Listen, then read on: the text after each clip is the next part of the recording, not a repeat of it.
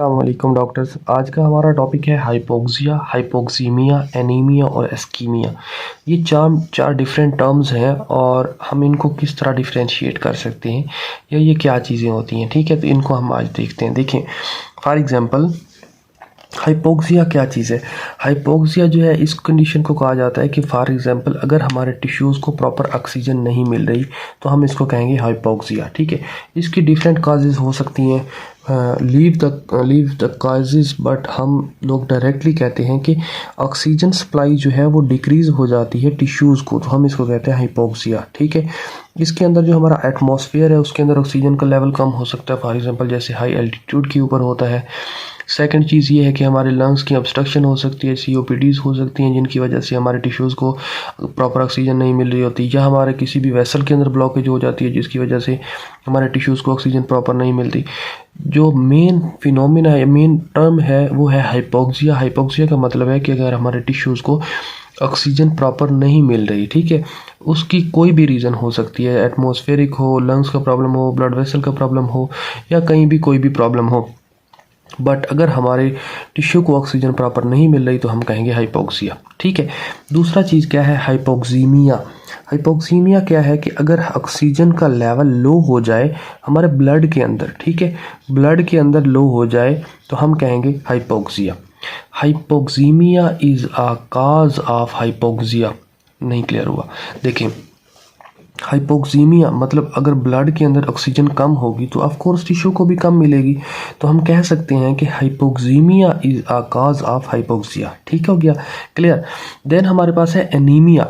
Anaemia, अभी मैं ये कहूँ कि anaemia is a cause of hypoxaemia, तो क्या लॉजिक बनता है। देखें, एनीमिया क्या चीज़ है, अगर हमारे ब्लड सेल्स जो हैं वो कम हो जाएं जो कि ऑक्सीजन की ट्रांसपोर्ट करवाते हैं, स्पेसिफिकली HP जो होता है, अगर ब्लड के अंदर जो ऑक्सीजन ट्रांसपोर्ट सेल होते हैं उनकी डेफिशिएंसी हो जाए, ठीक है, या कमी हो जाए, ठीक है, तो इसके अंदर जो है क्या होगा, हम इसको कहेंगे एनीमिया। ठीक है, डेफिशिएंसी हो जाए, अब नॉर्मल हो जाए, या कोई भी प्रॉब्लम ब्लड के सेल्स के साथ हो जो कि ऑक्सीजन की ट्रांसपोर्ट करवाते हैं, तो हम इस कंडीशन को कहेंगे एनीमिया।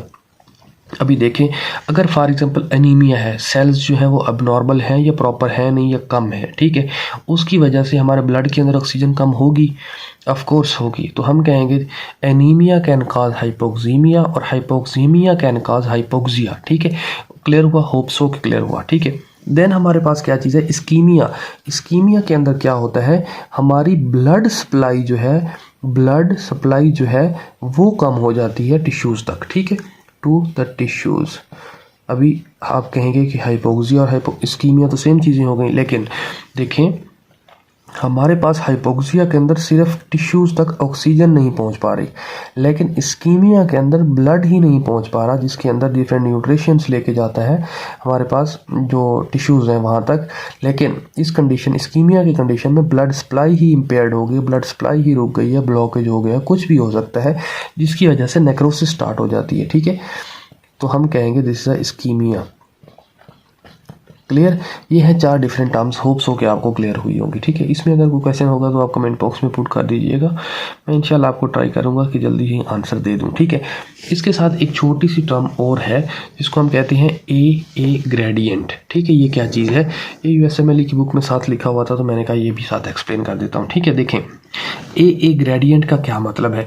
ए ग्रेडियंट जो मेनली चीज़ है वो ये है कि फॉर एग्जाम्पल ये जो बड़ा ए है ना, ये हमारे लंग्स को शो करता है, ठीक है, लंग्स को, ठीक है, और जो हमारे पास छोटा ए है ना, ये हमारे पास किस चीज़ को शो करता है, ब्लड को। ठीक है, अभी ग्रेडियंट में क्या डिफरेंस आता है, ठीक है, देखें, फॉर एग्जांपल दो टर्म्स कही जाती हैं कि ए ग्रेडियंट जो है वो हाई है और दूसरी कही जाती है वो नॉर्मल है। ठीक है, देखें, फॉर एग्जांपल अगर ए और ए ग्रेडियंट जो है वो नॉर्मल कहा जाए, ठीक है, नॉर्मल में क्या होगा, नॉर्मल में ये होगा कि फॉर एग्जांपल अगर कोई बंदा ऑक्सीजन जो है वो कम लंग्स के अंदर लेके जा रहा है, ठीक है, और हमारे पास जो टिश्यूज़ को परफ्यूजन होगी ऑफ कोर्स वो भी कम होगी। आपको वेंटिलेशन परफ्यूजन वाला टॉपिक पीछे बढ़ा चुका हूँ मैं।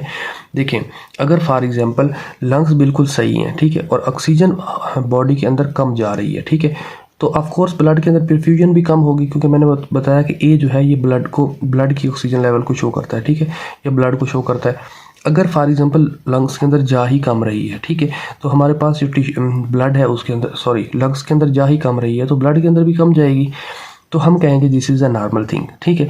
अगर सेकंड थिंग, अगर हम कहते हैं कि हाइपो वेंटिलेशन, अगर कोई बंदा सांस बहुत स्लो रेट पे ले रहा है, ठीक है, तो ऑक्सीजन लेवल उतनी ज़्यादा बॉडी के अंदर या लंग्स के अंदर नहीं जाएगी, ठीक है, तो उसकी वजह से भी हमारे ब्लड के अंदर भी ऑक्सीजन नहीं जाएगी, तो हम कहेंगे this is a normal phenomena, ठीक है। तो ए ग्रेडियंट नॉर्मल किन दो कंडीशंस में होता है, हमने फर्स्ट कहना होता है हाइपो वेंटिलेशन।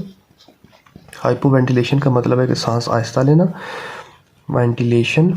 और सेकंड पॉइंट क्या कहना होता है, हमने सेकंड पॉइंट कहना होता है कि अगर ऑक्सीजन जो है वो बॉडी के अंदर कम जा रही है, ठीक है, या इम्पेयर्ड ऑक्सीजन, ठीक है, इनटू द लंग्स, ठीक है, क्लियर हो गया।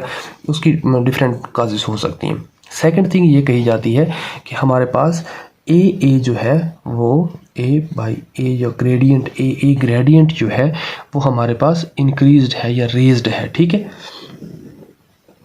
इसमें क्या कंडीशंस हो सकती है या क्या काजेस हो सकती हैं, देखें फॉर एग्जांपल अगर हमारे पास ए जो है और ये ए जो है, अगर ये वाला ए इंक्रीज़ होगा तो ऑफ कोर्स ये डिक्रीज़ होगा, तो हमारे पास जो इनकी जो रेशियो है वो हाई होगी ना। दोबारा देखें, अगर फॉर एग्जांपल लंग्स को जो है, अगर लंग्स को हम टॉप पे रखते हैं और ब्लड सप्लाई के जो जैसे हमने वेंटिलेशन परफ्यूजन की बात की थी, सेम एज दैट, अगर ए की वैल्यू इंक्रीज़ होगी तो हमारे पास सिंपली इनके दोनों की जो रेशियो है वो इंक्रीज़ हो जाएगी, ठीक है। तो इसमें क्या चीज़ होती है, इसमें ये होती है कि अगर फॉर एग्जांपल लंग्स तो बिल्कुल सही काम कर रहे हैं, ठीक है, लेकिन हमारे ब्लड के अंदर जो परफ्यूजन है वो नॉर्मल नहीं हो रही या डिक्रीज़ हो गई है, ठीक हो गया। तो इससे क्या होगा, जिस तरह हमने कहा था वेंटिलेशन परफ्यूजन मिसमैच हो रहा था, सेम एज दैट परफ्यूजन जो है वो लिमिटेड हो गई है किसी भी रीज़न की वजह से, तो हमने कहना है द ग्रेडियंट जो है ए ग्रेडियंट जो है बढ़ जाएगा। क्या कहना है हमने कि परफ्यूजन जो है वो कम हो जाएगी, तो हमारे पास ए ग्रेडियंट जैसे वेंटिलेशन परफ्यूजन रेशियो जो है वो इंक्रीज़ हो रही थी, तो same as that A gradient भी इंक्रीज़ हो जाएगा, ठीक है। एक पॉइंट। दूसरा पॉइंट क्या करना होता है हमने कि अगर for example left to right shunt हो रहा हो, ठीक है, तो उस कंडीशन के अंदर क्या होगा कि ऑक्सीजनेटेड जो ब्लड होगा वो बार बार डीऑक्सीजनेटेड साइड पे जा रहा होगा, ठीक है। तो इस वजह से भी जो हमारी परफ्यूजन है वो प्रॉपर नहीं हो पा रही होगी, ठीक है, क्योंकि ऑलरेडी जो ब्लड आ रहा होगा उसको काफ़ी हद तक ऑक्सीजनेटेड होगा क्योंकि लेफ़्ट टू राइट शंट हो रहा है, ठीक है। तो ये एक सिंपल सी कंसेप्ट था कि किन दो कंडीशंस में या तीन कंडीशंस में हमारा ग्रेडियंट इंक्रीज़ होता है और किन दो कंडीशन में ए ग्रेडियंट जो है वो नॉर्मल रहता है, ठीक है। होप सो कि ये चीज़ें आपको क्लियर हुई हैं। अगर कोई पॉइंट क्लियर नहीं है तो फिर कह रहा हूँ कि आप कमेंट बॉक्स में पुट कर देना, मैं आपके क्वेश्चन का आंसर ज़रूर दूंगा इंशाल्लाह, ठीक है। तो आज के लिए इतना ही, दीजिए इजाज़त। थैंक यू डॉक्टर्स, अल्लाह हाफिज़।